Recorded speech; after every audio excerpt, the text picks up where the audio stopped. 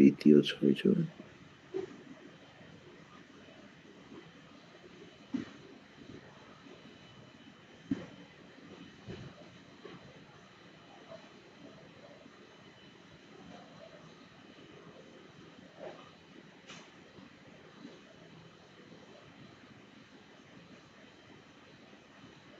উনত্রিশ জন। সো তোমাদেরকে যেটা করতে হবে, 5টা 1 2 3 4 5 5টা ফার্ম খুঁজে বের করতে হবে, আইদার ব্রয়লার অথবা লেয়ার। সেখানে যেতে হবে গ্রুপ করে, এবং যাওয়ার আগে অবশ্যই মাস্ক কিনে মাস্ক পরে যাবা। এছাড়া যে ফার্মে যাবা সেই ফার্মের ওনারের কাছ থেকে পারমিশন নিয়ে, হ্যাঁ, সে যেভাবে ডিরেকশন দেয়, যদি কোনো কিছু ধরতে মানা করে তাহলে ধরার দরকার নেই। ওনারা যদি দেখিয়ে দেয়, তোমরা জাস্ট দেখবা, ছবি তুলবা। কোথাও হাত দেওয়ার দরকার নেই, কোথাও কিছু দেখার দরকার নেই। পারতপক্ষে পরিষ্কার জামা কাপড় পরে যাবা, যেটা ওয়াশ করা হয়েছে, হ্যাঁ, এর আগে পরনি হয়তো, হ্যাঁ, এরকম জামা যেটা ওয়াশ করেছো তারপরে আর পরা হয়নি। সো যেটা তোমাদের করতে হবে, যে অ্যাসাইনমেন্টের যে পয়েন্টসগুলো থাকতে হবে, ফার্ম লোকেশন এবং ফার্ম কন্ট্যাক্ট নাম্বার। এখানে ওনারের নাম সহ কন্ট্রাক্ট দিতে হবে। দেন তাদের ফার্মের ডেইলি অপারেশন, এটা লেয়ার ফার্ম এবং ব্রয়লার ফার্মের অপারেশন কিছুটা ভিন্ন হতে পারে। সকাল থেকে রাত পর্যন্ত তারা কি কি করে, হ্যাঁ, এইটা। তারপরে ফার্মের কতগুলো ক্যাপাসিটি, কতগুলো মুরগি রাখার ক্যাপাসিটি আছে, এই ইত্যাদি এইগুলো থাকবে। এরপরে কি কি ইকুইপমেন্ট তারা ইউজ করে সেগুলো ছবি সহ, কোন ফিড ইউজ করে সেটা ছবি সহ দিবা। যদি ফিডের বস্তা ইউজ করে, মানে পারচেসড ফিড ইউজ করে, তাহলে সেই ফিডের বস্তার অপর পাশে দেখবা যে কম্পোজিশন দেওয়া আছে, নিউট্রিশনাল কম্পোজিশন, সেই ছবি তুলে আনতে হবে, হ্যাঁ। তারপরে তারা ডিজিজ প্রিভেনশনের জন্য কি কি অ্যাকশন নিয়ে থাকে, রোগ যাতে না হয় এই জন্য কি কি ব্যবস্থা তারা নিয়ে থাকে, মূলত তারা ভ্যাকসিনেশনের কথা বলবে। এছাড়া তোমরা নিজেরা খেয়াল করবা যে বায়োসিকিউরিটি সংক্রান্ত ওখানে কি ধরনের ব্যবস্থাপনা রয়েছে। এছাড়া তোমরা যেহেতু গ্রুপ ওয়াইজ ভিজিট করবা, একটা গ্রুপ ফটো অ্যাটলিস্ট, যাতে করে আমি বুঝতে পারি যে সবাই এখানে উপস্থিত ছিল। এবং লাস্টলি তোমাদের অবজারভেশন ওই ফার্ম ভিজিট করার পরে, যে তোমরা কি মনে করো ওই ফার্মটা সম্পর্কে from the biosecurity concern, or from profitability concern, or if there are any comments related to feed etc. এটা তোমাদের এভাবে শেষ করতে হবে।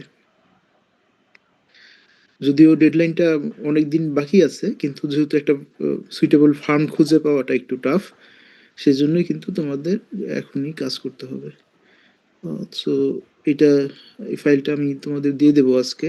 আইডিটা নিয়ে কনফিউজড ছিলাম, সো আইডি এখানে যদিও লিখিনি প্রথম 6 জন, পরে আমি আইডি মিলিয়ে নিব হয়তো আগামীকাল। একটা ডাউট ছিল। বলো। আমরা 29 জন কি মানে একটা ফার্মে ভিজিট করতে যাব? না, একটা ফার্মে না, তোমাদের 5টা ফার্ম খুঁজে বের করতে হবে। Picture of all group member together, সবাই একসাথে নাকি? হ্যাঁ, picture of all group, all group না, এটা একটা গ্রুপের অল মেম্বার। হ্যাঁ, এটাই ডাউট ছিল। হ্যাঁ, এটা বুঝাইছে যে একটা গ্রুপের সব মেম্বার একসাথে ছবি তুলবে। আচ্ছা,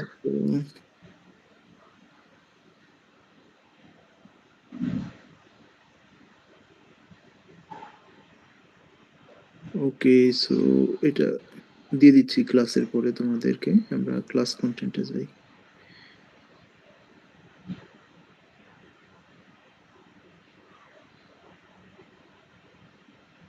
আসসালামু আলাইকুম স্যার। ওয়ালাইকুম সালাম। স্যার হচ্ছে ফার্ম কি যে কোনো ফার্ম, ছোট ফার্ম অথবা লার্জ ফার্ম যে কোনো একটা হলে হবে নাকি?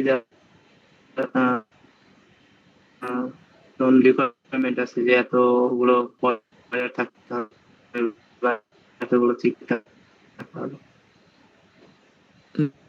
না, যে কোনো ফার্মে গেলেই হবে।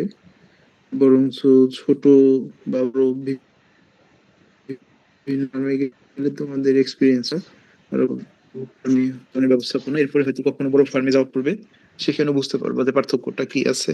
কাজেই যে কোনো ধরনের ফার্ম হতে পারে। Thank you sir. ওয়েলকাম।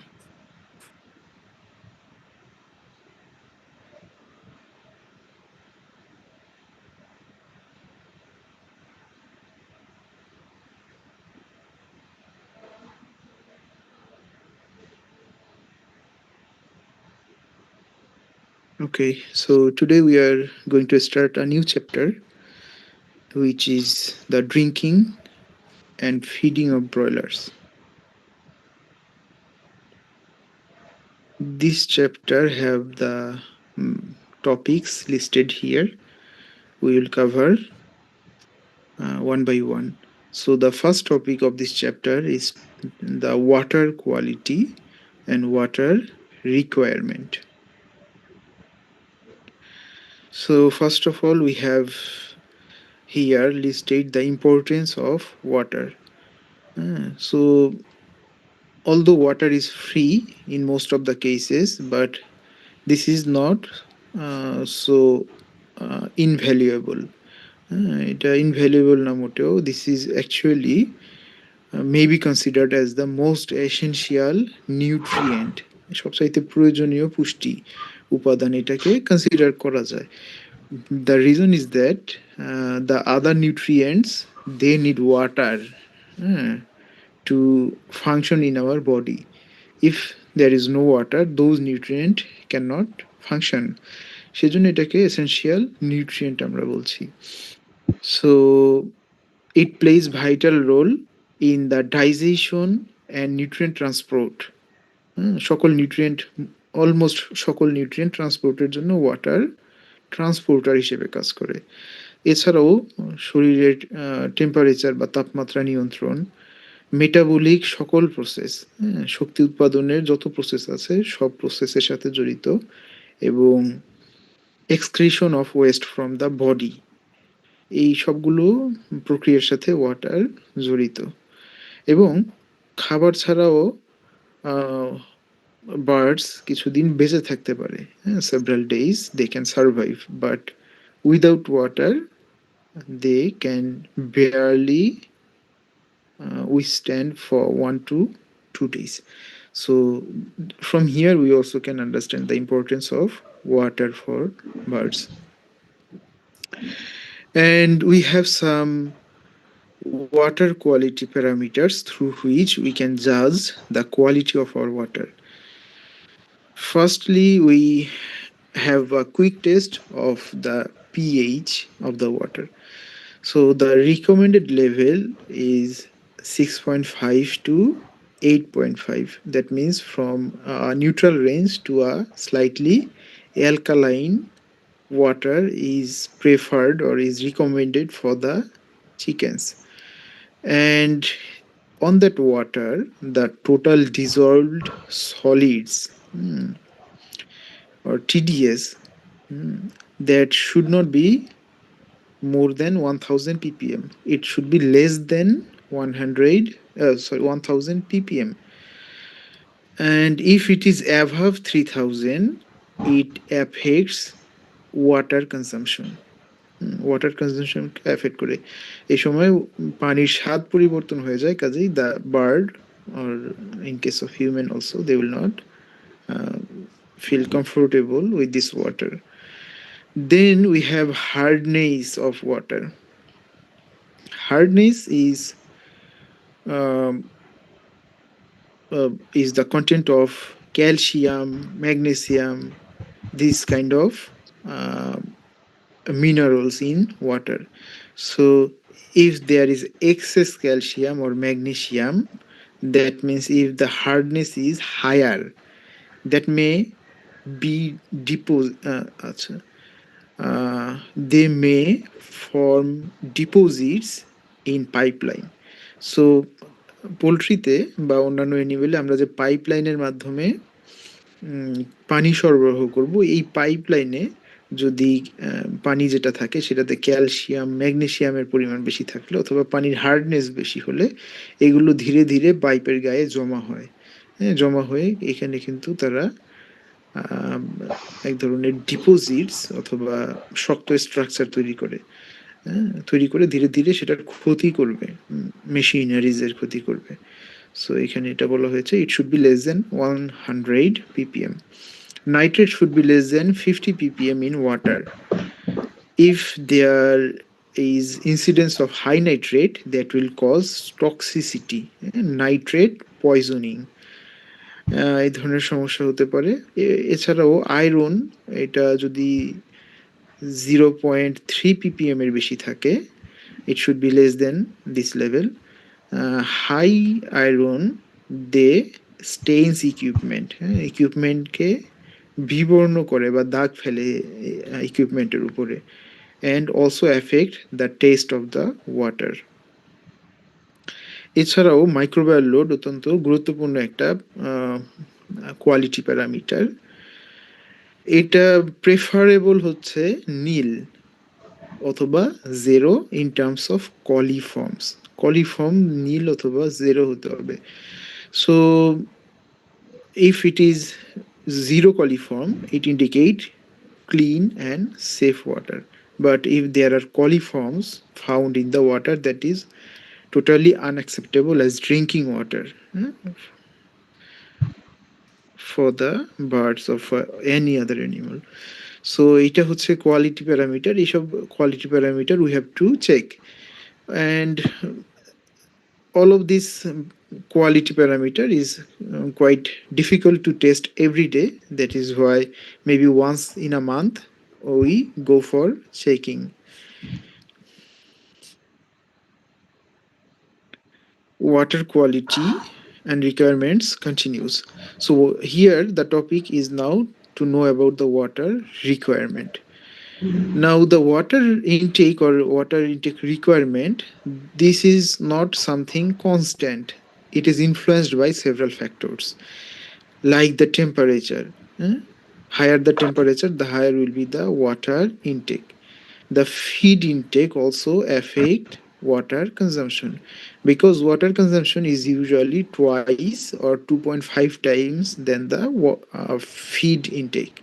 কাজেই ফিড ইনটেক 1 কেজি হলে 2 থেকে 2.5 লিটার পানি কনজিউম করে। ফিড ইনটেক যদি 2 কেজি হয় কোনো অ্যানিমেলের, সেক্ষেত্রে 4 থেকে 5 লিটার পানি কনজিউম করার কথা।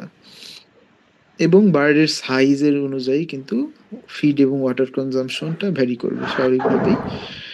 Broiler drink approximately twice as much water as the feed they consume.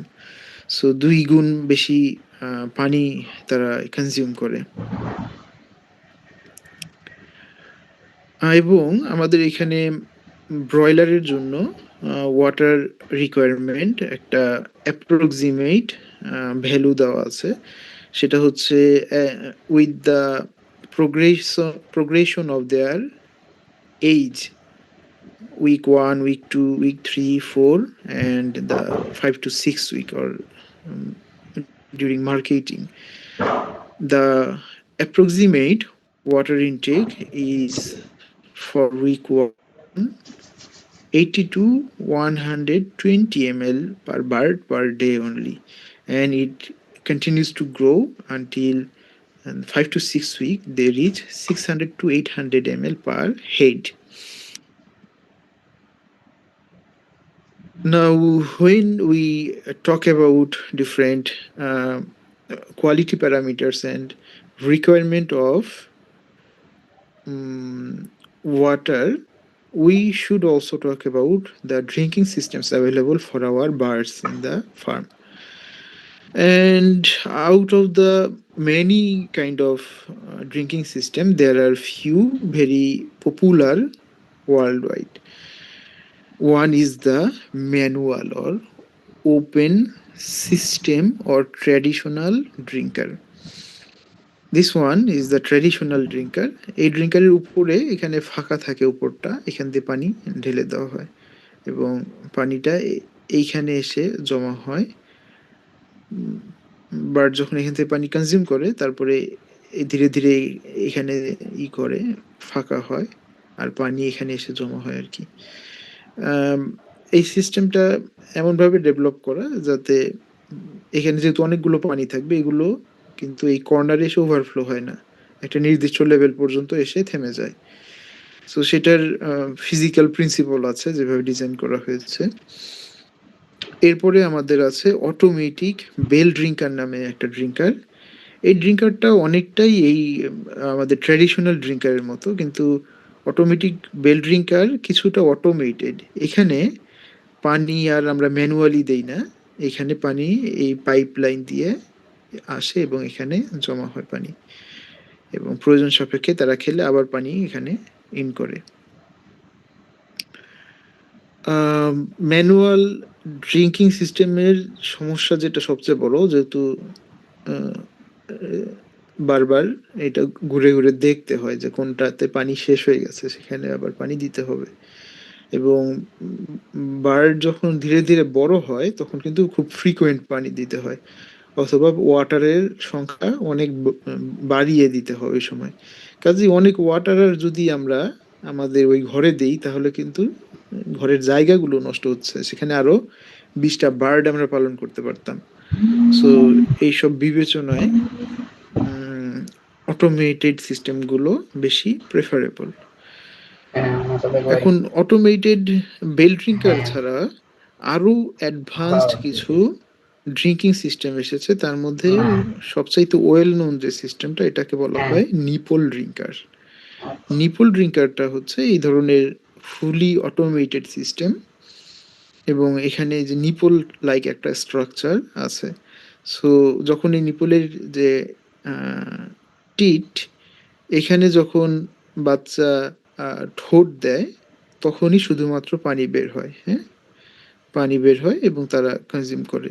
যদি 2-1 ফোঁটা পানি পরেও পরবর্তীতে মুখ সরিয়ে নেওয়ার পরে তখনও কিন্তু সেটা এই যেখানে ছোট একটা কাপ আছে এই কাপের মধ্যে পড়ে, হ্যাঁ, কাজেই এই পানিটা ফ্লোরে পড়লো না। ফ্লোরে না পড়লে যে সুবিধা সেটা হচ্ছে ফ্লোরে পড়লে কিন্তু এইখানকার লিটারগুলো ভিজে যায়, আর আমরা জানি যে ভেজা লিটারগুলো মাইক্রো অর্গানিজম অথবা প্যারাসাইট থ্রাইভ করার জন্য খুব ভালো একটা মিডিয়াম। কাজেই সেটা আমরা রোধ করতে চাই, যেহেতু এই ধরনের সিস্টেম চালু আছে।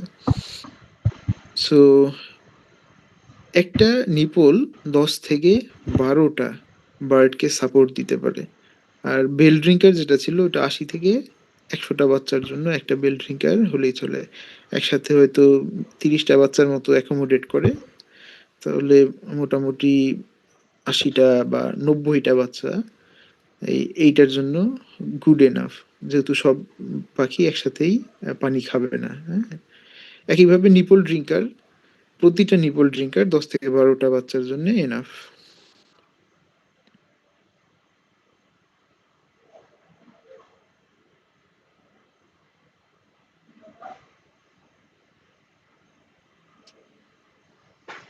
Then the topic is broiler nutrition.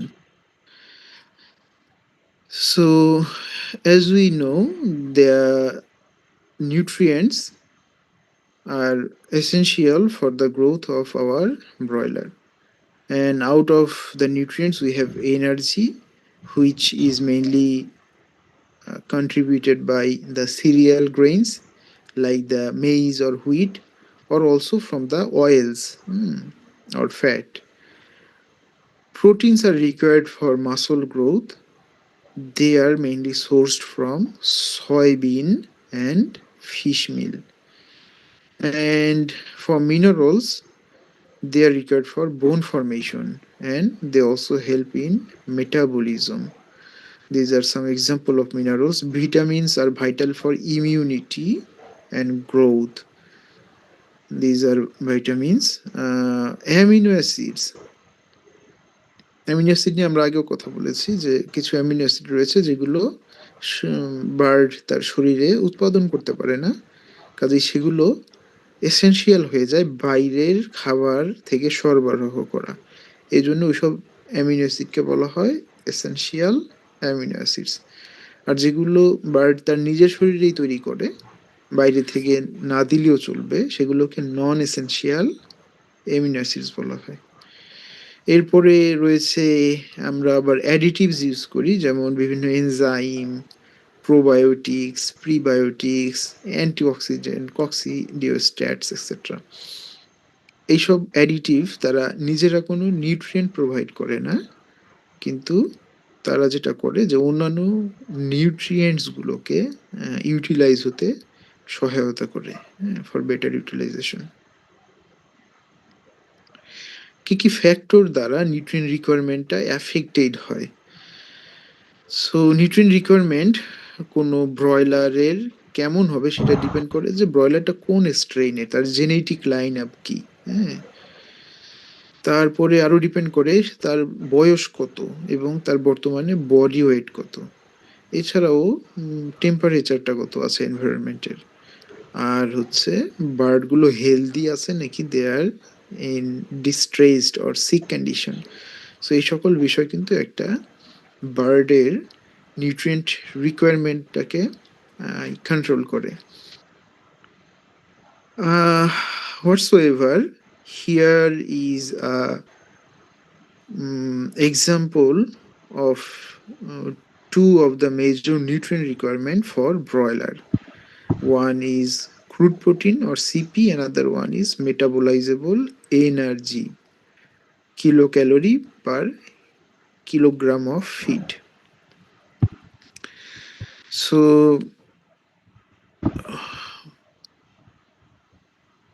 the feed type can be divided into three groups or three phase. আমরা এগুলোকে ফেজ ফিডিং বলি, তাই না? So starter or phase 1, grower অথবা ফেজ 2 এবং ফিনিশার অথবা phase 3 of broiler production line. So starter যে period 2 সপ্তাহ পর্যন্ত, এখানে সিপি বেশি দিতে হয় 22 থেকে 23, পরবর্তীতে কিছুটা কমিয়ে 20-22, তারপরে 19-20 এরকম। সো আমরা যেটা দেখলাম যে প্রোটিন সরবরাহ ধীরে ধীরে কমাতে হয় ব্রয়লারে, আর এনার্জি সরবরাহ যদি খেয়াল করি ধীরে ধীরে বাড়াতে হয় এনার্জি সরবরাহ বয়স বাড়ার সাথে সাথে। সো এই দুইটার ভাইস ভার্সা আর কি। কেন আর্লি স্টেজে প্রোটিন বেশি লাগে এবং লেট স্টেজে কেন এনার্জি বেশি প্রয়োজন ব্রয়লারের, এটা ভাইবা বোর্ডে কমন প্রশ্ন। এই প্রশ্নের উত্তর যদি জানো তো ভালো, আর না জানলে এটা সেলফ স্টাডি করে জানার চেষ্টা করো। তারপরেও না জানলে তাহলে ল্যাব পরীক্ষার আগে আমাকে কোনো এক সুযোগে জিজ্ঞেস করবা। এরপরে feeding schedule. So for broilers we actually do not follow any particular schedule for feeding because the feeds are available ad libitum all the time in front of the birds and throughout the day. So also we want try to avoid any long feed withdrawal periods. Intentionally আমরা feed withdraw করি না বা feed ছাড়া রাখি না বার্ডগুলোকে, কিন্তু কখনো যদি ফিড দিতে দেরি হয়ে যায়, হ্যাঁ, তারা সবগুলো খাবার খেয়ে ফেলে, ওই সময় কিন্তু একটা গ্যাপ পড়ে যায়। সো এটা আমরা ট্রাই টু অ্যাভয়েড, সবসময় অ্যাভয়েড করার চেষ্টা করি। ডিউরিং হিট স্ট্রেস, তাপমাত্রা খুব বেশি যদি হয়, feed during cooler parts of the day. So এই সময় কিন্তু বেশি গরমের সময় বার্ড যেহেতু প্যান্টিং করে, তারা এই সময় খাবার গ্রহণ করে না বা স্ট্রেস থাকে। সো এই জন্য গরমকালে সকালবেলা এবং বিকেলের দিকে যখন টেম্পারেচার কমে যায়, ওই সময় খাবার দিতে এনকারেজ করা হয় বা বলা হয়। এখানে একটা জিনিস আমরা বলতে পারি যে যেমন এই সেন্টেন্সটা দেখো যেভাবে লেখা, during heat stress feed during cooler parts of the day. So এইখানে তোমাদের ক্লাস লেকচারের জন্য এটা ঠিক আছে, কিন্তু পরীক্ষায় যখন তোমরা লিখবা তখন একটু ফর্মাল ওয়েতে লিখতে হয়। যেমন তোমাদের হয়তো এইভাবে একটা কমপ্লিট সেন্টেন্স লিখতে হবে যে during heat stress feed should be provided during cooler parts of the day, just এইভাবে। হ্যাঁ, তাহলে that is more formal for exam. কিন্তু এইখানে কিন্তু অনেক সেন্টেন্সই ওভাবে দেওয়া নেই। You have to catch those gaps, ওভাবে লিখলে ভালো আর কি। So feeding program, feeding program, as we already have seen in our previous slide, we have phase feeding system for broiler and it varies with their age. And for feed form and distribution, we want that feeds are of uniform size. একই সাইজের ফিডগুলো হয়, that actually ensure equal consumption. So যে feed ইনগ্রেডিয়েন্টগুলো আমরা ব্যবহার করি, বিশেষ করে grain জাতীয় যে ইনগ্রেডিয়েন্টগুলো, এগুলো যদি সবগুলো একই সাইজে ভাঙা হয় তাহলে বার্ড চাইলেই ডিফারেন্সিয়েট করতে পারে না। যদি আবার এমন হয় যে ভুট্টাটা বেশ বড় বড় আছে, প্রপারলি ভাঙা হয়নি, আবার হুইট যেটা সেটা বেশি গুঁড়া করে ফেলা হয়েছে, সেই ক্ষেত্রে কিন্তু বার্ড কি করবে, তাদের যেহেতু একটু বড় পার্টিকল পিক আপের সুবিধা, তারা মেইজগুলো শুধু পিক আপ করবে, আর যে বেশি গুঁড়াগুলো এগুলো তারা পিক আপ করছে না। সেই জন্য আমাদের সতর্ক হতে হবে যে ফিড পার্টিকল সাইজগুলো এগুলো মোটামুটি ইউনিফর্ম হওয়া উচিত। Stir feed bins regularly to prevent nutrient segregation. So ফিডের যে বিন অথবা ফিডার যেগুলো আছে এগুলো আমাদের উচিত এটা হলো স্টায়ার করা বা নাড়িয়ে চাড়িয়ে দেওয়া। এটা করার উদ্দেশ্য হচ্ছে অনেক ক্ষেত্রে দেখা যায় দীর্ঘক্ষণ খাবার যদি ফিডারে থাকে তাহলে ধীরে ধীরে এই স্মলার যে ইনগ্রেডিয়েন্টগুলো আছে, বিশেষ করে ভিটামিন মিনারেল প্রিমিক্স অথবা অন্যান্য অ্যাডিটিভস, সেগুলো কিন্তু খুব টাইনি পার্টিকল সাইজ, সেগুলো নিচে পড়ে যায়, হ্যাঁ, নিচের দিকে চলে যায়, এবং সেগুলো যেহেতু বেশি পাউডার টাইপের, ওগুলো বার্ডার কনজিউম করে না, কিন্তু একসাথে মিক্সড থাকলে কিন্তু তারা কনজিউম করে ফেলে। কাজেই সেই দিকটা আমাদের নিশ্চিত করতে হবে। এজন্য পিলেট ফিডিংকে এনকারেজ করা হয়। পিলেট ফিডটা তোমরা নিশ্চয়ই সবাই চেনো, না চিনলেও আমাদের এই স্লাইডেই আছে। তো এখানেই আছে। এই যে পিলেট ফিড, তার আগেরটা এটা হচ্ছে ক্রাম্বল এবং এটা হচ্ছে ম্যাশ। ম্যাশ খাবার যেটা, এটা মূলত পোলট্রিতে আমরা এনকারেজ করি না, কেননা ম্যাশ খাবার দিলে নিউট্রিয়েন্ট কিছুটা ওয়েস্ট হয়। ফাইন পার্টিকলগুলো অ্যাকচুয়ালি তলানিতে পড়ে যায়, এবং সেই ফাইন পার্টিকল যেগুলো অত্যন্ত গুরুত্বপূর্ণ বটে সেগুলো বার্ড কনজিউম করতে পারে না এই ক্ষেত্রে। এই ম্যাশগুলোকে আমরা পিলেটিং মেশিনে প্রবেশ করিয়ে কিন্তু আমরা পিলেট তৈরি করি। হ্যাঁ, এই পিলেটটা আবার যেহেতু এই ম্যাশগুলোকে একত্রিত করে কম্প্যাক্ট করা হয়, এখানে ওই সকল মাইক্রোনিউট্রিয়েন্টও থাকে, কাজে এটা কনজিউম করলে বার্ড সব নিউট্রিয়েন্ট পায়, এখানে কোনো ডাস্ট ফর্ম হয় না, কোনো ওয়েস্টেজ হয় না। কিন্তু সমস্যা হচ্ছে সব বার্ড আবার এই পিলেট খাওয়ার জন্য উপযোগী না, কেননা সব বার্ড তো বড় না, মানে তারা একটা সময় যেয়ে বড় হবে, কিন্তু 2 সপ্তাহ বা 3 সপ্তাহ বয়সের একটা বাচ্চা সে 2 সপ্তাহ বয়সের একটা বাচ্চা, সে এত বড় খাবার কনজিউম করতে পারে না। কাজেই আমরা তখন যেটা করেছি সেটা হচ্ছে এই পিলেটটা তৈরির পরে আমরা এটাকে আবার একটা ছোট করে করি, গ্রাইন্ড করি। হ্যাঁ, খুব ছোট এমন না, আবার ম্যাশ করে ফেলি, কিন্তু হালকা একটা গ্রাইন্ড করা হয় যাতে এই পার্টিকেলগুলো আর একটু ছোট আকারে ভেঙে যায়। সো এইটা হচ্ছে ম্যাশ বলা হয়, এটা আমরা প্রোভাইড করে থাকি। সো এখানে আমরা আসলে যেটা করি যে গ্রেইনগুলোকে ক্রাশ করে আমরা তৈরি করি ম্যাশ। ম্যাশ থেকে পিলেট তৈরি করা হয়, পিলেট থেকে পরে ক্রাম্বল তৈরি করা হয়। ওকে, সো এখানে এগুলোই লেখা আছে। রিকমেন্ডেড পার্টিকল ক্রাম্বল ফিড, 3 সপ্তাহ পর্যন্ত ক্রাম্বল ফিড দিতে বলা হয়েছে। এরপরে 3-এর পরে মার্কেটিং পর্যন্ত pellet feed. And there are some benefit of using pellet feed, যেমন ফিড ইনটেক বৃদ্ধি করে, এফসিআর ইমপ্রুভ করে, ইনটেকটা ইউনিফর্ম হয় এবং ডাস্ট ওয়েস্ট এগুলোর পরিমাণ কমে যায়।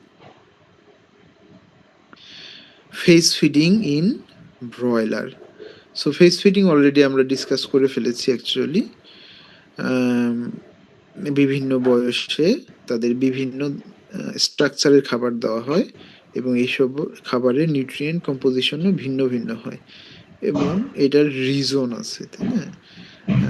স্টার্টারের সময় প্রোটিন বেশি দেই, কেননা এই সময় র্যাপিড আর্লি গ্রোথ হয়, হ্যাঁ, এবং ইমিউনিটিটাও বুস্ট করা প্রয়োজন এই সময়। গ্রোয়ারে আমরা মডারেট সিপি, মডারেট এনার্জি দিচ্ছি যাতে মাসল এবং স্কেলেটন ডেভেলপমেন্ট চালু থাকে। ফিনিশারে আবার আমরা প্রোটিন কিছুটা কমিয়ে এনার্জি আরও বৃদ্ধি করে দিই, কেননা ফিনিশিং স্টেজে বার্ডের শরীর যেহেতু বড় হয়ে গেছে, এখন তার মেইনটেনেন্স এনার্জি রিকোয়ারমেন্টটা বেশি। আবার এই সময় বার্ড কিন্তু নিজে যতটা মাসল গ্রোথ না করে নিজের ফ্যাট ডিপোজিশন করা শুরু করে এই সময়। সো ফ্যাট ডিপোজিশনের জন্য এবং যাতে মার্কেট ওয়েটটা কুইকলি অ্যাচিভ করে, এই জন্য আমরা এই সময় একটু বেশি এনার্জি দিয়ে থাকি। সো ফেস ফিডিংয়ের অ্যাডভান্টেজ কি কি আছে এটা তোমরা পড়ে নিবা from any source, so that will help. Then we have the chapter known as flock management.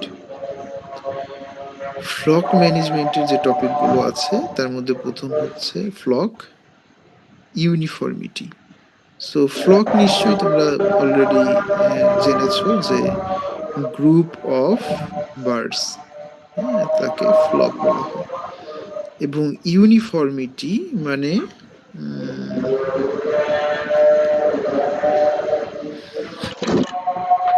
Similarity, USA একই বৈশিষ্ট্য সম্পন্ন। সো ফ্লকগুলো একই বৈশিষ্ট্য সম্পন্ন হবে ইন টার্মস অফ প্রোডাকশন। এটাকে বলা হয় ইউনিফর্ম ফ্লক অথবা flock uniformity. Flock uniformity refers to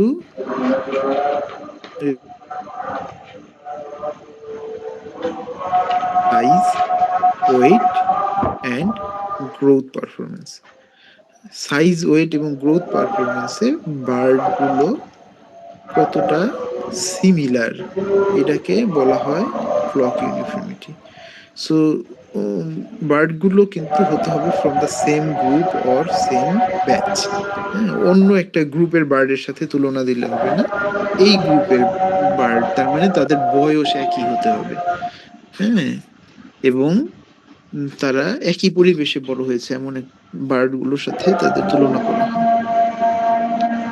It is expressed as the percentage of the birds within ±10% of the average body weight.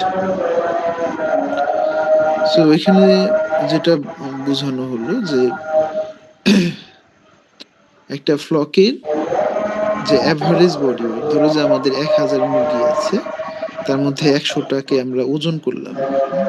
যেহেতু 1000টা ওজন করা মুশকিল, তো 100টাকে ওজন নিলাম 20 দিন বয়সে, এবং ওজন নিয়ে দেখলাম যে তাদের অ্যাভারেজ বডি ওয়েট হচ্ছে 1 কেজি। ওকে, অ্যাভারেজ বডি ওয়েট 1 কেজি। এখন আমরা ক্যালকুলেট করতে চাই যে কত পার্সেন্ট বার্ড এই 1 কেজি রেঞ্জের মধ্যে আছে। তখন আমরা এক্স্যাক্টলি 1 কেজিকে আমরা একটা স্ট্যান্ডার্ড ধরি না, তখন আমরা বিবেচনা করি ±10%। তার মানে 900 গ্রাম থেকে 1100 গ্রাম, হ্যাঁ, এই রেঞ্জের মধ্যে যে বার্ডগুলো থাকবে সেগুলোকে আমরা বলবো যে তারা ইউনিফর্ম। ইউনিফর্ম। এখানে আমার কাছে একটা জিনিস সবসময় মনে হয় যে এখানে এই যে অ্যাভারেজ বডি ওয়েট বলেছে, এটা অ্যাকচুয়ালি হওয়া উচিত যে standard body weight. Standard body weight হওয়া উচিত। যদি এটা আর একটু ডিসকাস করে বলি, তোমরা কখনো আগে ফ্লক ইউনিফর্মিটি পড়েছো? না স্যার। একটু অপেক্ষা করো।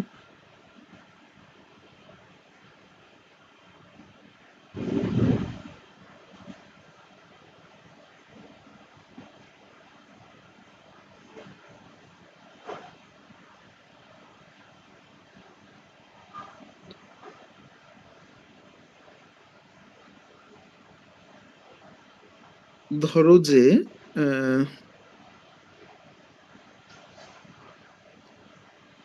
20 দিন বয়সে, অ্যাকর্ডিং টু দ্য ম্যানুয়াল, আমরা যেখান থেকে বাচ্চা কিনেছি, ধরো কব 500 ব্রয়লারের বাচ্চা কিনেছি, সো কব 500 ব্রিড বা স্ট্রেইনের যে ম্যানুয়াল, তারা কোম্পানি থেকে যে ম্যানুয়াল দিয়েছে সেখানে লেখা আছে 20 দিন বয়সে ওজন হবে 1 কেজি।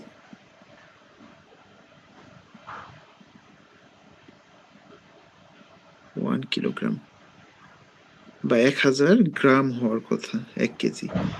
এখন আমাদের ফার্মে হয়তো 10,000 মুরগি আছে, সাপোজ 1000 মুরগি আছে, তো 1000 মুরগি 20 দিন বয়সে তো আমরা ওজন নিব না, তাই না? স্বাভাবিকভাবে এটা প্র্যাকটিক্যাল না, বা আরো বেশি মুরগি থাকতে পারে। তো আমরা যেটা করি, সেখান থেকে 5 বা 10% মুরগির ওয়েট নেই। ধরো আমরা 10% মুরগির ওয়েট নিলাম, মানে 100টা মুরগির এখন ওজন নিলাম আমরা। এই 100টা মুরগির কত আমরা বলেছিলাম, 20 দিন, 20 ডেতে তার ওজন স্ট্যান্ডার্ড হওয়ার কথা 1 কেজি। হ্যাঁ, এখন আমরা যেটা পেলাম যে 70টা মুরগির ওজন আসলেই পাওয়া গেছে 1 কেজি। 1 কেজি। সো যদিও তারা বলেছে যে 20 দিনে 1 কেজি হওয়া উচিত, এইটা হলো অ্যাভারেজ না বলে আমরা বলতেছি এটা স্ট্যান্ডার্ড হওয়া উচিত আর কি। তাহলে স্ট্যান্ডার্ড হলে তাহলে 1 কেজি হওয়া উচিত, কিন্তু আমরা দেখব 1 কেজি আমরা এক্স্যাক্টলি পাওয়া মুশকিল, এজন্য আমরা ±10% হিসাব করি। ওকে, সো 1 কেজির ±10% করলে কত আসে? মাইনাস করলে 900 গ্রাম, তাই না? 900 আর প্লাস করলে কত? 1100 গ্রাম। 1100 গ্রাম। ওকে, সো 900 থেকে 1100-র মধ্যে কতগুলো বার্ড পড়ে এটা আমরা এই 100টার মধ্যে দেখব। 70টা পেলাম 1 কেজি করে, আবার 10টা পেয়েছি হলো 1100 গ্রাম, 1100 গ্রামের মধ্যে, হ্যাঁ, বা ধরলাম যে 1100, এক্সাক্ট 1100 পেয়েছি হিসাবের সুবিধার্থে। 1100, 10টা পেয়েছি হলো 900, 900 থেকে 1000-এর মধ্যে, বা 900। আর কয়টা বাকি থাকলো? আর 10টা, আর 10টা। এইগুলো কোনোটা 1200, আবার কোনোটা 700। এরকম। সো আমরা এখন দেখব যে ৯০০ থেকে ১১০০-র মধ্যে আসলে কতগুলো আছে। আমরা হিসেব করে দেখলাম যে ৯০০ থেকে ১১০০-র মধ্যে আছে ৯০টা। তার মানে আমাদের ইউনিফর্মিটি লেভেল হচ্ছে এখন ৯০%। প্রতি ১০০টাতে ৯০টা ইউনিফর্ম লেভেলে আছে। এইটা হচ্ছে আমাদের ইউনিফর্মিটি। এবং এই ফ্লক ইউনিফর্মিটি এটা অত্যন্ত গুরুত্বপূর্ণ একটা ক্যারেক্টারিস্টিক্স। কেন গুরুত্বপূর্ণ এখানে আলোচনা করা হয়েছে। তার আগে আমরা এগুলো মুছে ফেলি, যেহেতু লেখা খুবই খারাপ। ইরেজার।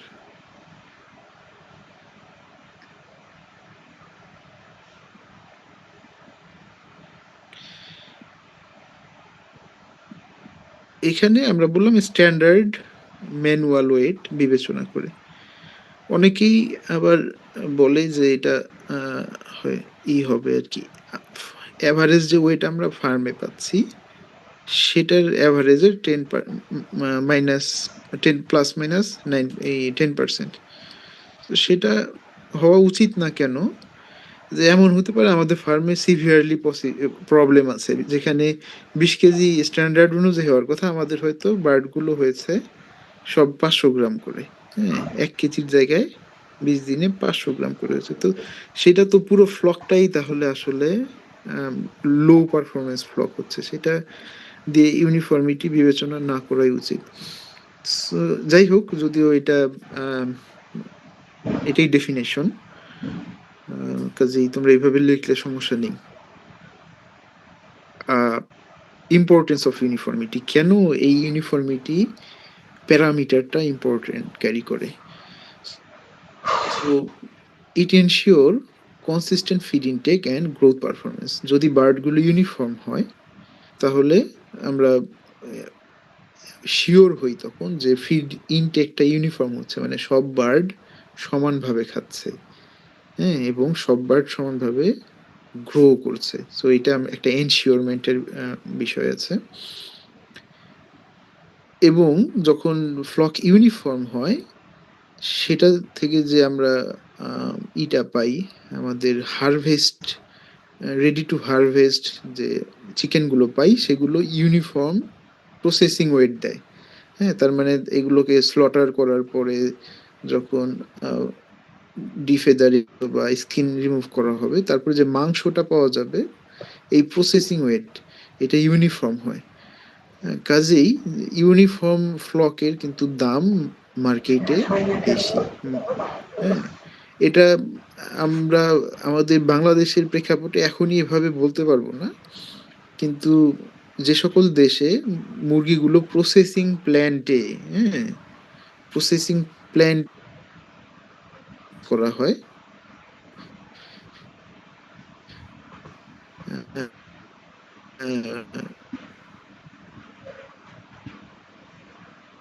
লাইভ মুরগি বাজারে তাহলে বেশি দাম বিক্রি হয়, কেননা প্রসেসিং প্ল্যান্ট এগুলো যেহেতু মেশিনারিজ দ্বারা পরিচালিত, সেখানে একই সাইজ একই ওজনের বার্ড হলে মেশিনগুলো অপারেট করা সহজ। ইভেন বেশি ছোট বা বেশি বড় মুরগির জন্য মেশিনগুলো কিন্তু প্রপারলি কাজও করবে না, কেননা যে ওগুলো প্রোগ্রামড মেশিন অলরেডি, তাই না? কোনো মেশিন হলো ১.৫ থেকে ২ কেজি হয়তো হ্যান্ডেল করতে পারে। কারণ আমাদের মুরগি যদি ১০০ ওই ১১০০ গ্রাম হয় বা ১ কেজি হয়, তাহলে দেখা যাবে যে ভালোভাবে প্রসেস হচ্ছে না ওইসব মেশিনে। Simplifies management practice like feeding, medication, harvesting, etc. So management যে প্র্যাকটিসগুলো আছে, ফিডিং যেমন আমাদের ফ্লক ইউনিফর্ম হলে, মানে সবগুলো মুরগির বা ম্যাক্সিমাম মুরগির ওজন একই রেঞ্জের হলে, তাহলে আমরা ধীরে ধীরে তো ফিড ইনটেক বাড়ে বয়সের সাথে, তাই না? সো সেই সময় আমরা বেশি ফিড দিতে পারি, প্রতি সপ্তাহে ফিড অ্যালাউন্স বাড়িয়ে দিতে পারি। কিন্তু ফ্লক যদি ইউনিফর্ম না হয়, সেক্ষেত্রে আমরা ফিড কি বাড়াবো না ফিড কমিয়ে দিব, হ্যাঁ, সেটা নিয়ে কনফিউশনে পড়ে যাবো। কেননা কিছু বার্ড হচ্ছে ২০০ গ্রাম বেশি ওজন পেয়ে আছে, কিছু আরো ৩০০ গ্রাম কম ওজন আছে স্ট্যান্ডার্ডের চাইতে। সো এই যে দুইটা বার্ডের মধ্যে ৫০০ গ্রামের পার্থক্য, তাদের কিন্তু ফিড রিকোয়ারমেন্ট একই ধরনের না। এইটা একটা সমস্যা তৈরি হয়। হ্যাঁ, যদি আমরা সবার জন্য বেশি খাবার দিই তাহলে ফিড কস্ট বেড়ে যাবে। আবার যদি সবার জন্য কম খাবার দেই, যেহেতু ইন্ডিভিজুয়াল ফিডিং পসিবল না পোল্ট্রিতে, তাই না? আমরা আলাদা আলাদা এই একসাথে গ্রুপ ফিডিং করাই। সবার জন্য কম খাবার দিলে আবার ভালো বার্ডগুলো কিন্তু হয়ে যাবে, দুর্বল হয়ে যাবে। সো এই ধরনের সমস্যা রয়েছে। মেডিকেশন, মুরগিগুলোর ওজন অনুযায়ী আমরা তাদের মেডিকেশন করে থাকি। বিশেষ করে যে সকল মেডিকেশন ড্রিঙ্কিং ওয়াটারের সাথে করা হয়, ইন্ডিভিজুয়াল চিকেন ক্যাচ করে না, ড্রিঙ্কিং ওয়াটারের সাথে যে মেডিকেশনগুলো দেওয়া হয় এগুলো কিন্তু ওজন বেসিসে, যে ওজন এখন 1 কেজি আছে, তাহলে আমাদের প্রতি 10 লিটার পানিতে 1 ml এই মেডিসিনটা দিতে হবে। এখন সেই অনুপাতে আমরা দিলাম, কিন্তু অ্যাকচুয়ালি কিছু মুরগি আছে যেগুলোর ওজন 500 গ্রামও হয়নি, তাহলে তাদের জন্য কিন্তু এই মেডিকেশনটা হাই ডোজ হয়ে যাবে। সো মেডিকেশন সাকসেসফুল হওয়ার জন্য ইউনিফর্ম হওয়া দরকার। এবং হারভেস্টিং যখন আমরা করি তখন ইউনিফর্ম সাইজ হলে অলরেডি আমরা বলেছি যে that gives better market value. তারপরে হচ্ছে এটা যদি ইউনিফর্ম হয় বার্ডগুলো, that indicate good farm management এবং গুড ব্রুডিং প্র্যাকটিসেস, তার মানে ফার্মের যে রেপুটেশন এটা অর্জন করতে সহায়তা করে। আরো বড় সমস্যা আছে, সেটা হচ্ছে যদি একটা বার্ড ছোট হয়, একটা আবার বেশি বড় হয়, আরেকটা স্ট্যান্ডার্ড সাইজ হয়, তাহলে যেটা হয় আমরা যখন খাবার দিব, ফিডারে খাবার দিব, এক ফিডার থেকে তো অনেকগুলো মুরগি খাবার গ্রহণ করবে। এখন এই ইমাসিয়েটেড বার্ডগুলো এগুলো কিন্তু খাবারের কাছে আসতে পারে না, বড় বার্ডগুলো জায়গা দখল করে খায়। হ্যাঁ, বা ছোটটা খাবার শুরু করলেও বড়গুলো এসে তাকে তাড়িয়ে দিবে, নিজেরা খাবে। এখন তার ফলে যেটা হয়, ইমাসিয়েটেড বার্ড আরো ইমাসিয়েটেড হয়ে যায়, হওয়ার ফলে সে কিন্তু তার ইমিউনিটি লস করে, তাই না? খাবার না পাইলে স্বাভাবিকভাবেই দুর্বল হয়ে যাবে, ইমিউনিটি লস করবে, সে ডিজিজ প্রোন হয়ে যায়, সহজেই ডিজিজ দ্বারা আক্রান্ত হয়। এবং একবার যদি ডিজিজ দ্বারা আক্রান্ত হয় তাহলে এটা ভালো বার্ডে ছড়াতে আর বেশি সময় লাগে না, তাই না? কাজেই একটা উইক বার্ড থেকে কিন্তু পুরো ফ্লক এফেক্টেড হয়ে যেতে পারে। এই জন্য ইউনিফর্ম থাকাটা খুব ইম্পর্টেন্ট। এখন যদি এমন হয় যেহেতু 100% বার্ড ইউনিফর্ম হবে না, হ্যাঁ, সো যখন এরকম ঘটনা ঘটে যে কিছু বার্ড আমরা পাচ্ছি যে কিছুটা কম ওজন, আবার কিছু বার্ড পেলাম একটু বেশি ওজন, সেগুলোকে কি করব এখন? সবচাইতে ওয়েল নোন প্র্যাকটিস হচ্ছে আমরা যে 10টা বার্ড আমাদের এক্সাম্পল অনুযায়ী আমরা কম ওজন পেলাম, এই 10টা বার্ড বা 10% বার্ড এগুলোকে সরিয়ে ফেলতে হয়। হ্যাঁ, সো একই ঘরে হয়তো আমরা একটু আলাদা করে জায়গা করে দিতে পারি। যদিও খুব লার্জ স্কেলে এটা পসিবল না, কিন্তু যেগুলো মনে করো যে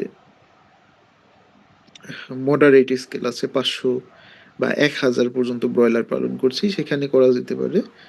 বেশি স্মলগুলোকে একটু আলাদা করে জায়গা দিয়ে ফেন্সিং করে তাদেরকে প্রতিদিন খাবার বেশি দিতে হবে, একটু খাবার বাড়িয়ে দিতে হবে। ধরো যে তাদের ওজন হচ্ছে স্ট্যান্ডার্ডের চাইতে 50 গ্রাম কম, হ্যাঁ, তাহলে প্রতি 50 গ্রামের জন্য ওজন 50 গ্রাম কম হলে খাবার তাকে 10 গ্রাম করে বাড়িয়ে দিতে হয়। হ্যাঁ, স্ট্যান্ডার্ড যদি আমরা এখন খাবার দিই 120 গ্রাম করে স্ট্যান্ডার্ড মুরগিগুলোকে, তাহলে এই বার্ডকে 50 গ্রাম যদি তার ওজন কম হয় স্ট্যান্ডার্ডের চাইতে, মানে ওই যে আমাদের উদাহরণ অনুযায়ী 900 চাইতেও যদি 50 গ্রাম কম হয়, তাহলে আমরা এখন তাকে প্রতি 50 গ্রাম কমের জন্য 10 গ্রাম করে খাবার বাড়িয়ে দিব। আর এই মুরগিটা যেটা ওভারওয়েট হয়ে গেছে, এটা প্রতি 50 গ্রাম বেশি আছে, এই জন্য একে 10 গ্রাম করে খাবার কমিয়ে দিব। হ্যাঁ, সো এভাবে ম্যানেজ করা হয়। আর লার্জ স্কেলে এগুলো পসিবল না, অ্যাজ ইট ইজ থাকে। বেশি ইমাসিয়েটেড হয়ে গেলে সেগুলোকে করে টার্গেট করে এগুলোকে কাল করে ফেলা হয় লার্জ স্কেলে, হ্যাঁ, রুম থেকে একবারে বিদায়। ফ্যাক্টরস এফেক্টিং ফ্লক ইউনিফর্মিটি, বাচ্চার কোয়ালিটি এক নম্বরেই, যে বাচ্চাটা আসলে কেমন কোয়ালিটির ছিল, গ্রেড এ ছিল নাকি ভালো ওয়েটের ছিল না, অথবা ভিন্ন ভিন্ন ওয়েটের বাচ্চা ছিল কিনা সেগুলোর উপর ডিপেন্ড করে। এছাড়াও ব্রুডিং এর সময় টেম্পারেচারের ডিস্ট্রিবিউশনটা প্রপার ছিল কিনা সেটার উপর ডিপেন্ড করে ইউনিফর্ম হবে কি হবে না। ফিড এবং ওয়াটারের অ্যাক্সেস, হ্যাঁ, so equal access lead to unequal access lead to size variation. So একটা ব্রুডার হাউসে বিভিন্ন জায়গায় আমরা ফিডার দিই, তাই না, কয়েকটা স্পটে ফিডার দিই। এখন এই ফিডারের ডিস্ট্রিবিউশনটা যদি ভালো না হয়, যদি ফিডার আমরা এক কোনায় ধরো 5টা দিয়ে রেখেছি আর পুরো ঘরে কোনো ফিডার দিইনি, তাহলে যেটা হবে, খাবার দেওয়ার সাথে সাথে ফিডারের পাশে যে চিকেনগুলো ছিল তারাই কিন্তু ওখানে খাওয়া শুরু করবে। দূরের মুরগি অনেক সময় টের পাবে না, আবার অনেক সময় টের পেলেও ওখানে যেতে যেতে তারা খাবার অনেকটাই শেষ করে ফেলবে, বা ওখানে যে হাডল করে সুযোগ পাবে না। কাজেই এই যে আনইভেন ডিস্ট্রিবিউশন একটা ফিডারের অথবা ড্রিঙ্কারের, এগুলো ফ্লকের ইউনিফর্মিটিকে এফেক্ট করে। স্টকিং ডেন্সিটি, কম জায়গায় খুব বেশি সংখ্যক মুরগি রাখলে তারা ওই ফিডার পর্যন্ত পৌঁছাতে পারে না অনেকেই, কাজেই তারা ধীরে ধীরে দুর্বল হয়ে যায়। এছাড়াও যদি লাইটিং ইমপ্রপার হয় এবং ভেন্টিলেশন খারাপ হয়, সেক্ষেত্রে কিন্তু তারা ফিডিংটা প্রবলেমেটিক হয়, এবং ফিডিং প্রবলেমেটিক হলে আলটিমেটলি ইউনিফর্মিটি কমে যায়। এছাড়াও sick bird, they lag in growth, so sick বার্ডের জন্য ইউনিফর্মিটি ডিটারিয়েট হতে পারে। So many talkings about flock uniformity here.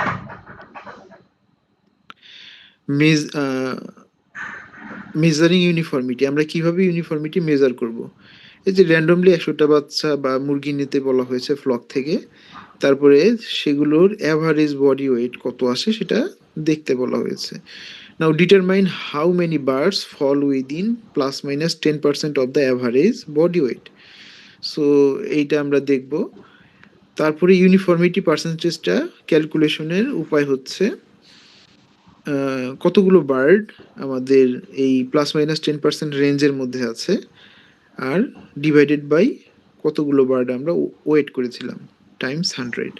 So এভাবে এই উদাহরণে আমরা দেখিয়েছি 80% ইউনিফর্মিটি ছিল।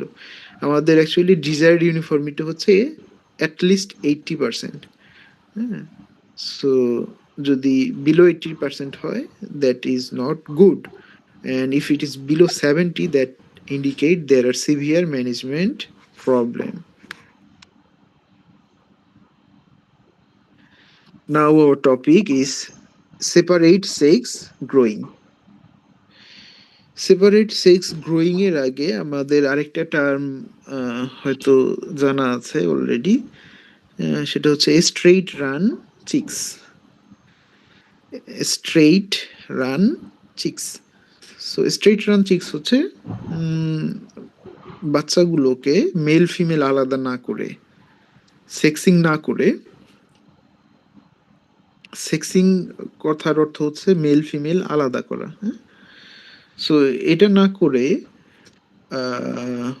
বার্ডগুলোকে একসাথে পালন করার যে প্রক্রিয়া, সেটাকে বলা হয় স্ট্রেইট রান রেয়ারিং সিস্টেম, আর ওই বাচ্চাগুলোকে বলা হয় স্ট্রেইট রান চিক্স। আবার এইটা যেমন ব্রয়লারে এইটা করা হয়, স্ট্রেইট রান চিক্স অনেক ক্ষেত্রেই পালন করা হয়, মেল ফিমেল একসাথে পালন করা হয়। আবার কিছু কিছু ক্ষেত্রে মেল এবং ফিমেল গুলোকে আলাদা করে ফেলা হয় হ্যাচারিতে, হ্যাঁ। সো আলাদা করে তারপরে ওগুলো বিক্রি করা হয়। যেমন এটার উত্তম উদাহরণ হচ্ছে লেয়ার চিকেনে। লেয়ার চিকেনে মুরগির ডিম পারে তো মুরগি, তাই না, বা ফিমেল, মেলের তো কোনো ফাংশন নেই লেয়ার ফার্মে, কেননা ওই ডিমগুলো তো ফার্টিলাইজ করার প্রয়োজন নেই, তাই না, নিষিক্ত ডিম হওয়ার প্রয়োজন নেই। টেবল এগ এটা অনিষিক্ত ডিম হলেও চলবে। কাজেই এই যে লেয়ার ফার্মের জন্য যে বাচ্চাগুলো জন্মগ্রহণ করে সেখানে ন্যাচারালি 50% মেল 50% ফিমেল, তাই না? তার মানে প্রতি 1,00,000 ডিমে 50,000 মেল বাচ্চা, 50,000 ফিমেল বাচ্চা, অন অ্যাপ্রক্সিমেট ভ্যালু আর কি, এরকম হয়। সো এই যে খামারিদের প্রয়োজন ফিমেল বাচ্চাগুলো, এখানে কিন্তু তখন সেক্সিং করা হয় বা সেক্স সেপারেট করা হয়। মেল বাচ্চাগুলো কম দামে অনেক সময় বিক্রি হয়, অনেক সময় বিক্রি হয় না বলে এগুলোকে কাল করা হয় অথবা মেরে ফেলা হয়। তো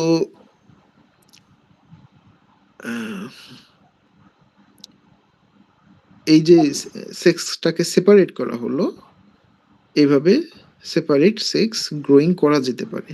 এখন ব্রয়লারে এখানেও সেপারেট সেক্স গ্রোয়িং বিষয়টা আছে, একদমই যে নেই তা না, এখানে আছে এবং এটা করা যেতে পারে, এটার কিছু অ্যাডভান্টেজ রয়েছে, সেই সংক্রান্ত বিষয় আমরা এখানে আলোচনা করব। এখানে অবজেক্টিভ অথবা পারপাস যেটা বলা হয়েছে যে কেন আমরা সেপারেট করব, তাদের কি প্রয়োজন, পারপাসের বলা হয়েছে যে males and females they differ in growth rate and feed efficiency. Male এবং ফিমেলের গ্রোথ রেট আলাদা এবং তাদের ফিড এফিসিয়েন্সিও আলাদা। এই জন্য কিন্তু তাদের অনেক সময় দেখা যায় যে ভিন্ন নিউট্রিয়েন্ট যুক্ত খাবার সরবরাহ করা যেতে পারে। ব্রয়লারের গ্রোথ রেট বেশি যেহেতু তাদেরকে বেশি নিউট্রিয়েন্টযুক্ত খাবার দেওয়া যেতে পারে। আর লেয়ারের যেহেতু আর ফিমেলের যেহেতু গ্রোথ রেট রিলেটিভলি কম মেলের চাইতে, তাদেরকে একটু কম নিউট্রিয়েন্টের খাবার দিলেও চলে। সো এইভাবে আমরা কিছু ফিড কস্ট বাঁচাতে পারি। আরেকটা বিষয় হচ্ছে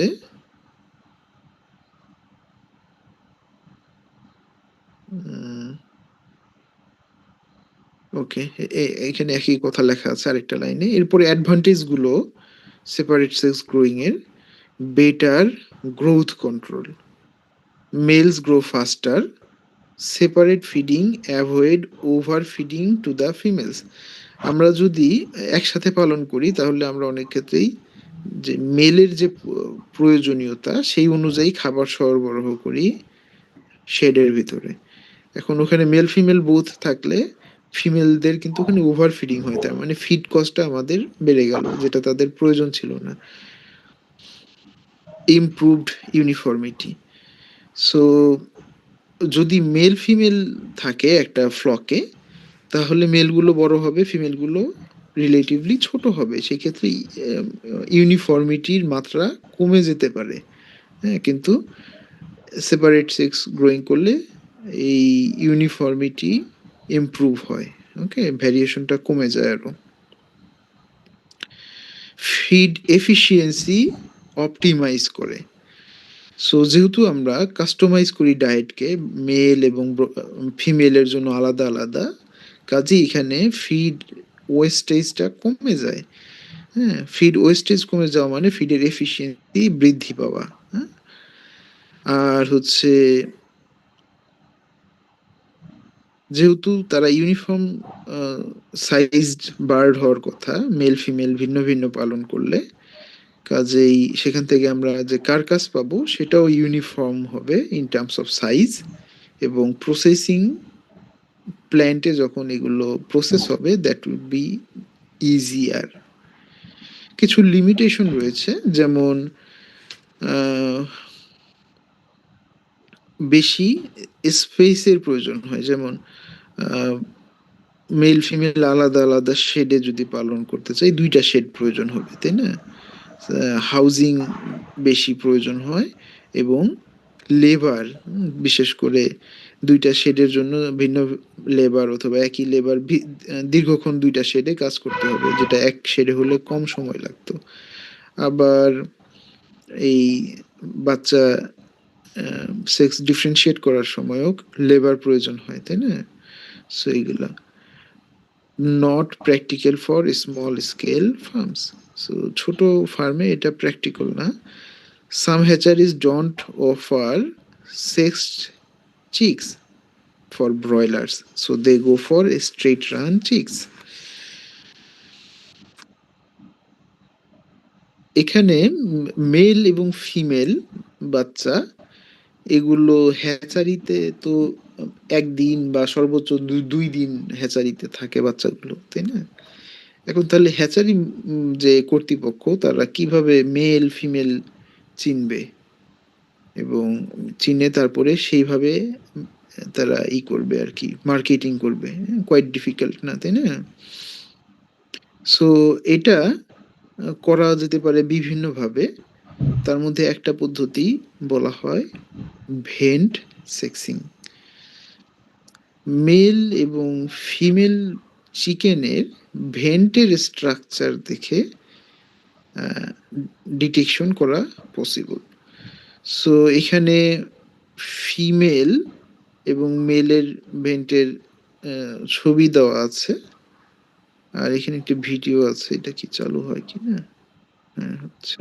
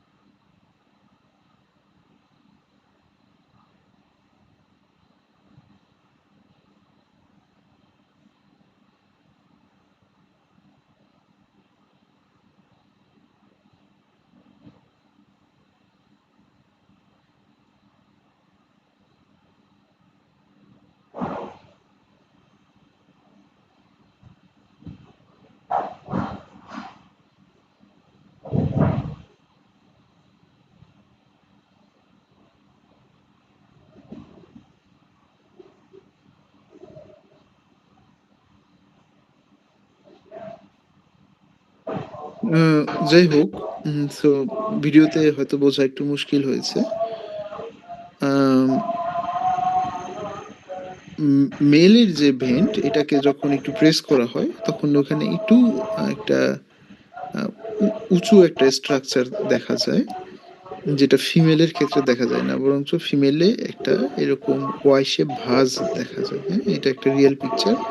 ওয়াই শেপ একটা ভাঁজ দেখা যায়, কিন্তু মেলের ক্ষেত্রে একটা বাম্প লাইক স্ট্রাকচার দেখা যায়।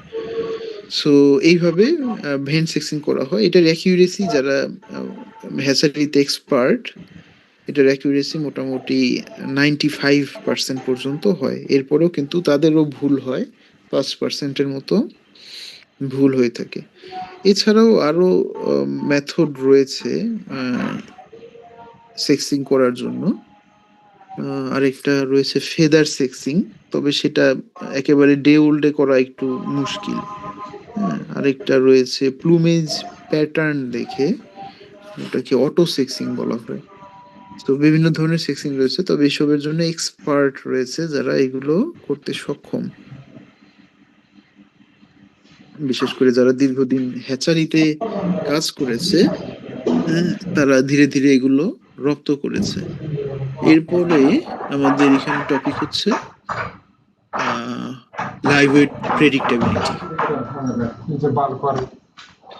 লাইভ ওয়েট প্রেডিক্টেবিলিটি ব্রয়লারের জন্য গুরুত্বপূর্ণ, কেননা এই প্রেডিক্টেবিলিটি বা অনুমান, এটা আমরা করতে যদি সক্ষম হই তাহলে আমরা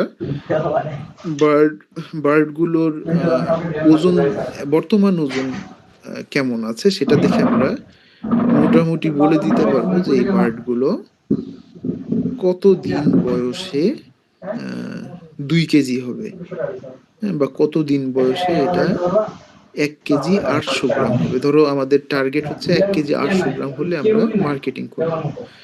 সো প্রেডিক্টেবিলিটি হচ্ছে অনুমান করা বা ধারণা করা যে কতদিন বয়সে এই মুরগিগুলো মার্কেট ওয়েট অ্যাচিভ করবে। যদি এটা প্রেডিক্ট করা যায় তাহলে কিন্তু আমরা সেই অনুযায়ী ধরো যে আর 10 দিন পরে মার্কেট ওয়েট গেইন করবে আমরা বুঝতে পারলাম, তাহলে এই 10 দিনে তাদের যে প্রয়োজনীয় খাবার সেটুকু খাবার হয়তো আমরা তৈরি করব বা সেটুকু খাবার আমরা বাইরে থেকে পারচেস করব। এরপরে এই 10 দিন পরে মার্কেটিং করতে হলে আমাদের তো ক্রেতা খুঁজতে হবে।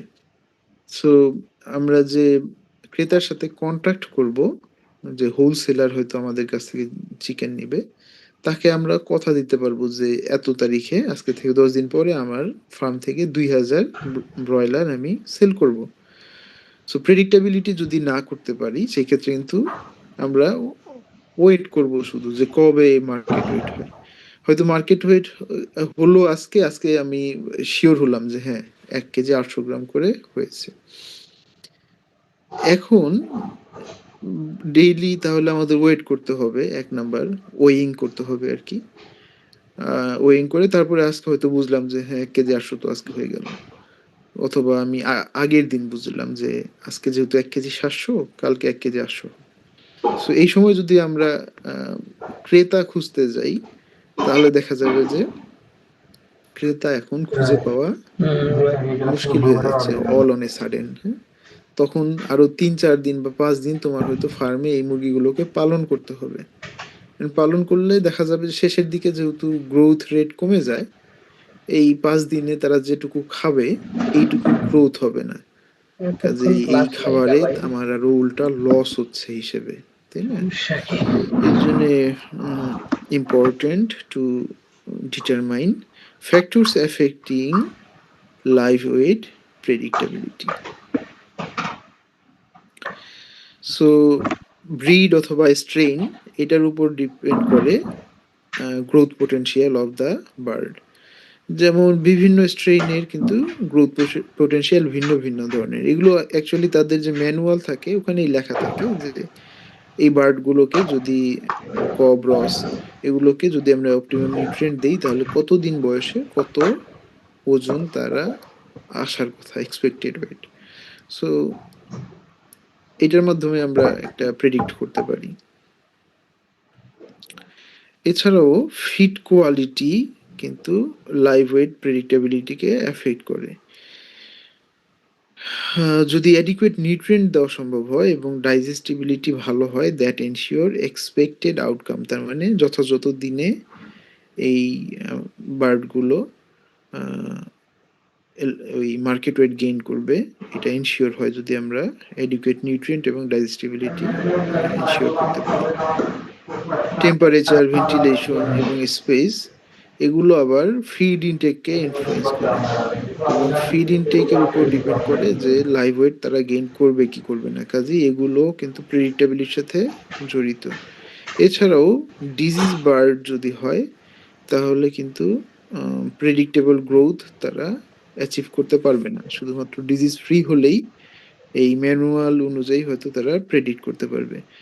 আর এছাড়াও লাইটিং, ওয়াটার, বায়োসিকিউরিটি এইগুলো ক্রিটিক্যাল। যদি কোনো কারণে বার্ড অসুস্থ হয় অথবা পানি কম পায় অথবা লাইটের তারতম্য হয়, লাইটের ইন্টেন্সিটি, লাইটিং আওয়ার এক্সেট্রা, সেই ক্ষেত্রেও কিন্তু ইউনিফর্মিটি নষ্ট হতে পারে, লাইফ ওয়েট প্রেডিক্টেবিলিটি ভুল হতে পারে।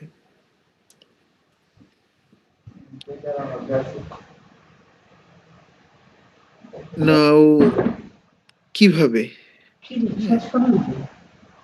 So weigh weekly samples of 50 to 100 birds. আমরা প্রতিদিন যেহেতু ওয়ে করা পসিবল না, সপ্তাহে একদিন 50 থেকে 100টা বার্ড র্যান্ডমলি, বড় দেখে সুন্দর দেখে না, র্যান্ডমলি চুজ করতে হবে। বড় দেখলে তো সমস্যা, তাহলে মনে হবে যে সবগুলো তো ওজন পারফেক্ট আছে বা বেশ ভালো গ্রোথ হচ্ছে। এটা একটা সিলেকশনের সমস্যা, বায়াসনেস।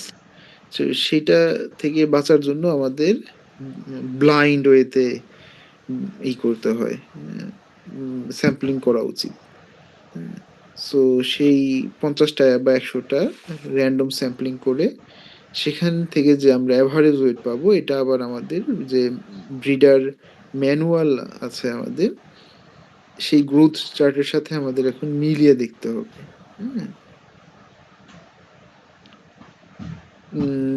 ব্রিডার চার্টে ম্যানুয়ালে এই ধরনের ইনফরমেশন থাকে, উইক 1-এ কত ওয়েট হবে, উইক 2-তে কত, 3, 4, 5, 6 কত হবে।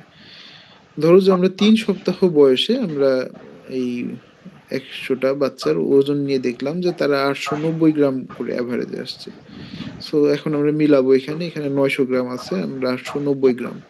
তার মানে এইটা নিয়ার অ্যাকুরেট ওয়েট আছে। তার মানে আমরা এখন প্রেডিক্ট করতে পারি যে আমরা যদি 2.1 কিলোগ্রামে মার্কেট করতে চাই, তাহলে আজকে থেকে 14 দিন পরেই কিন্তু আমাদের মার্কেটিং। যেহেতু সব ঠিকঠাক যাচ্ছে, তাহলে আমরা এই মার্কেটিং এর জন্য এই ডেটটা ফিক্স করতে পারি। এভাবে একটা হয় আর কি, মেইনটেইন হয়। এছাড়াও রয়েছে রেকর্ড কিপিং, আমাদের এই চ্যাপ্টারের একটা topic, record keeping. Record keeping এটা যদিও অনেক ক্ষেত্রে আমাদের কাছে মনে হতে পারে এটা তো পোলট্রি বা লাইভস্টক অপারেশনের কোনো পার্ট না, হ্যাঁ, তাহলে এটা কেন আমরা ইম্পর্টেন্স দিই? রেকর্ড হচ্ছে কোনো একটা ইমপ্রুভমেন্টের ব্যাকগ্রাউন্ড। আমরা যদি কোনো ইমপ্রুভমেন্ট করতে চাই বা কোনো উন্নতি করতে চাই, সেই উন্নতির ব্যাকগ্রাউন্ড হিসেবে কাজ করে ডেটা। হ্যাঁ, সো ডেটা কতটা অ্যাকুরেটলি আমরা কালেক্ট করি এবং সেটাকে ইউটিলাইজ করি, তার উপর ডিপেন্ড করে যে ডেটার থেকে আমরা অ্যাকচুয়ালি কতটুকু বেনিফিট নিচ্ছি। কিন্তু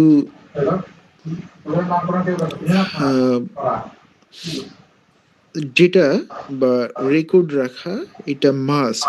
কেন মাস্ট? এই যে এই ইনফরমেশনগুলো এখানে যেগুলো আছে, এগুলো খেয়াল করলে আমরা বুঝতে পারবো যে the record enables evaluation of flock health, productivity and profitability. So আমাদের যদি ডেটা থাকে বা রেকর্ড থাকে, সেক্ষেত্রে আমরা ফ্লক হেলথ, হ্যাঁ, যেমন কত বয়সে কত ওজন ছিল, তারপর প্রোডাক্টিভিটি এবং কত টাকা দিয়ে আমরা পারচেস করেছিলাম সেই ডেটা যদি থাকে, ফিডিংয়ে কত টাকা খরচ হয়েছে মাঝে, মেডিকেশনে কত খরচ হয়েছে এবং কত টাকা দিয়ে বিক্রি করেছি, এই ডেটাগুলো থাকলে কিন্তু আমরা প্রফিটাবিলিটি ক্যালকুলেট করতে পারবো, তাই না? সো এটা একটা শুধু ফ্লক থেকে প্রফিটাবিলিটি না, আমরা হয়তো আমাদের ফার্মে 1 বছরে যত ফ্লক বিক্রি হয়েছে সবগুলোর থেকে আমরা ডেটা থাকলে কেবলমাত্র ক্যালকুলেট করে দেখতে পারি। Otherwise we may be like in confusion whether we are having profit or not. এরপরে the record helps detect management problems early. হ্যাঁ, ম্যানেজমেন্টাল কোনো ইস্যু থাকলে সেটা আর্লি ডিটেকশনে সহায়তা করে ডেটা বা রেকর্ড।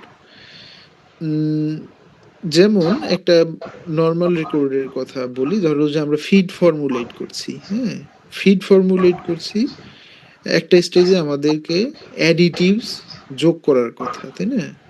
সো অ্যাডিটিভস যেখানে যোগ করার কথা, সেখানে আর একটা মনে করো ডেটা শিট ঝুলানো আছে। আজকে 27 তারিখ, 27 যে খাদ্য তৈরি করা হলো, সেখানে অ্যাডিটিভ অ্যাড করার পরে আমরা ওই ডেটা শিটে একটা টিক মার্ক দিব যে 27 তারিখে খাদ্য তৈরির সময় আমরা অ্যাডিটিভ দিলাম, একটা টিক দিয়ে রাখলাম। এখন ধরো যে 27 তারিখে কোনো কারণে অ্যাডিটিভ দেওয়া হলো না, ভুল করে, সো ওখানে আমরা টিক মার্ক দিলাম না। এটার ফলে যেটা হবে, ধরো যে এই খাদ্য খাইয়ে কোনো ফার্মে সমস্যা হয়েছে, ফার্মে সমস্যা হয়েছে, সেই ফার্ম থেকে যখন কমপ্লেইন করবে, যে এই খাদ্য খেয়ে আমাদের সমস্যা হচ্ছে, সো মুরগির গ্রোথের সমস্যা হয়েছে, তখন কিন্তু আমরা এই ডেটা শিটগুলো চেক করে দেখতে পারবো যে আসলে কোথায় সমস্যা হয়েছে।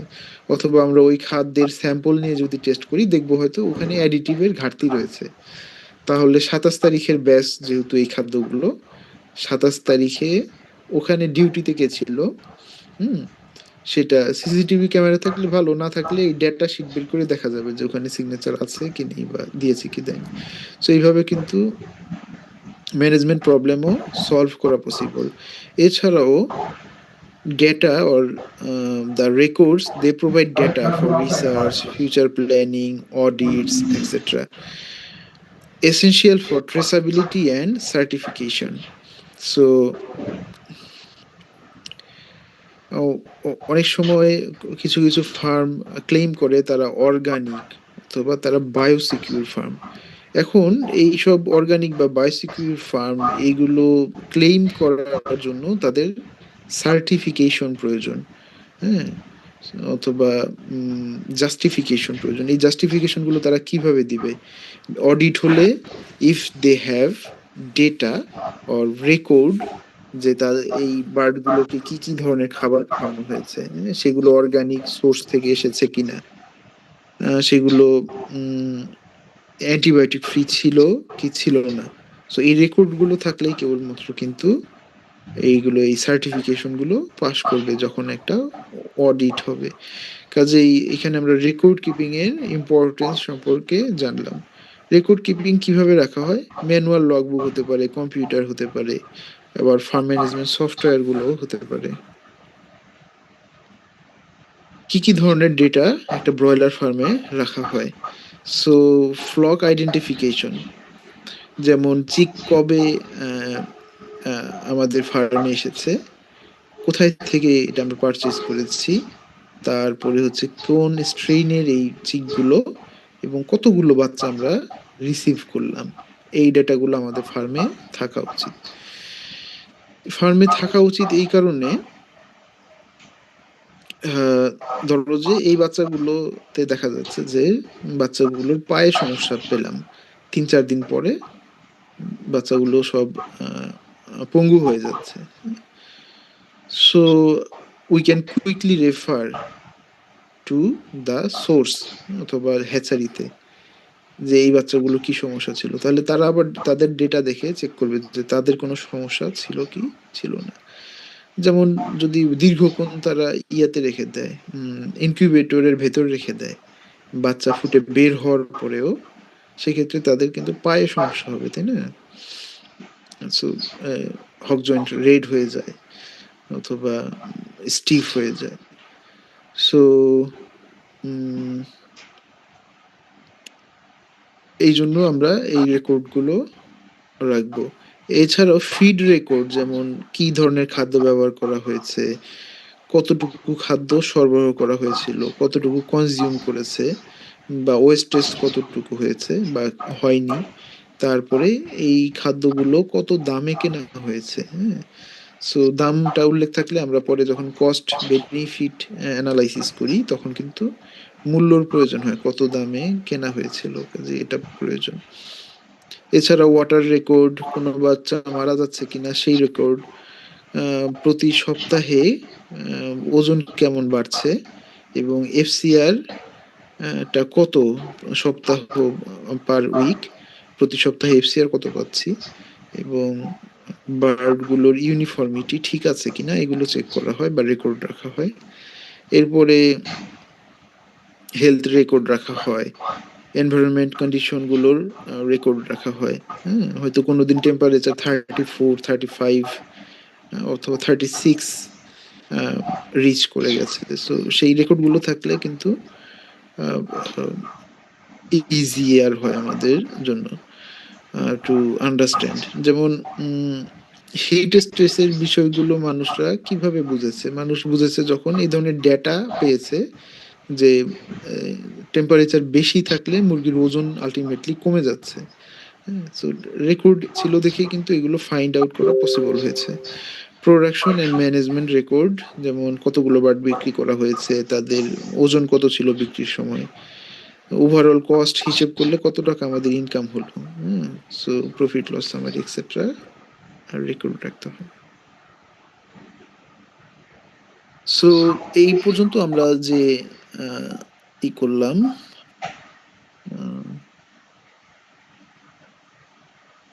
পড়ালেখা যেটুকু করলাম, এইটা হচ্ছে তোমাদের মিড টার্মের জন্য syllabus up to slide 47।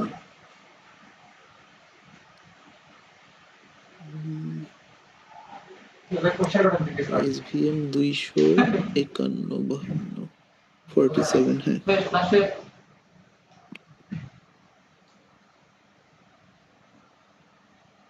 So এইটুকু হচ্ছে মিড টার্মের জন্য সিলেবাস। মিড টার্ম কবে নাগাদ দিবা এটা তোমাদের উপর ডিপেন্ড করছে, তবে আমাকে যদি তোমরা জানাও যে ওই সপ্তাহে দিতে চাও, তাহলে ওই সপ্তাহের মধ্যে একটা ডেট আমি চেয়ারম্যান স্যারের সাথে কথা বলে ফিক্স করে নিব আর কি, ঠিক আছে? সো তোমরা নিজের আলোচনা করে দেখো যে নেক্সট উইক নাকি তারপরের সপ্তাহ কবে তোমাদের জন্য সুইটেবল হয়। অ্যাসাইনমেন্টও করতে হবে, ওটারও একটা স্ট্রেস রয়েছে। এরপরে আমাদের আজকের শেষ chapter, stress factor in broiler. So এখানে টপিকটা ছোট, স্ট্রেস কি এবং কি কি ধরনের স্ট্রেস ফ্যাক্টর রয়েছে এই সংক্রান্ত আলোচনা আছে এখানে। সো স্ট্রেস অথবা আমরা বাংলায় বললে এটাকে বিষণ্ণতা বুঝাই, তাই না, বা অবসাদ।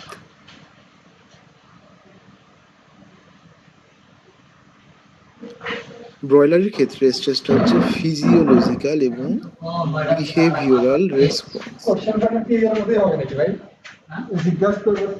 when the birds are exposed to abnormal conditions beyond their tolerant level। যখন বার্ডগুলো বা ব্রয়লারগুলোকে তাদের যে টলারেন্ট একটা লেভেল আছে, তার চাইতে বেশি খারাপ কন্ডিশনে রাখা হয়, তখন তারা কিছু ফিজিওলজিক্যাল এবং বিহেভিওরাল রেসপন্স শো করে। এইটাকে বলা হয় স্ট্রেস কন্ডিশন। এবং অ্যাকচুয়ালি এটা শুধু যে বিহেভিয়র দ্বারাই তারা প্রকাশ করে তা না, এটা তাদের কিন্তু হেলথ, প্রোডাক্টিভিটি এগুলোকেও হ্যাম্পার করে। When stressed, they expend extra energy to maintain normal body function instead of growth. So energy আমরা জানি যে মেইনটেনেন্স এনার্জি ছাড়াও কিছু প্রোডাক্টিভ এনার্জি আছে যেগুলো তাদের গ্রোথের জন্য হেল্প করে। স্ট্রেস বার্ডে যেটা সমস্যা সেটা হচ্ছে বেশি সংখ্যক এনার্জি তাদের মেইনটেনেন্সের জন্যই লাগে। কাজেই প্রোডাকশনের জন্য খুব কম পরিমাণ অথবা একেবারে জিরো পরিমাণ নিউট্রিয়েন্ট। কিছু বলছো আমাকে?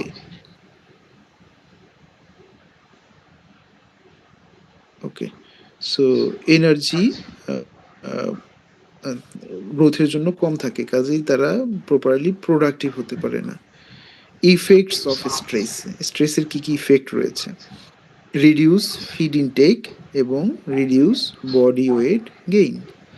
এফসিআরটা খারাপ হয়ে যায়, তারপরে হচ্ছে ইমিউনিটি কমে যায়, ডিজিজ রেজিস্ট্যান্সও কমে যায়, মর্টালিটি বৃদ্ধি পায়, কার্কাস কোয়ালিটি ডিটারিওরেট করে।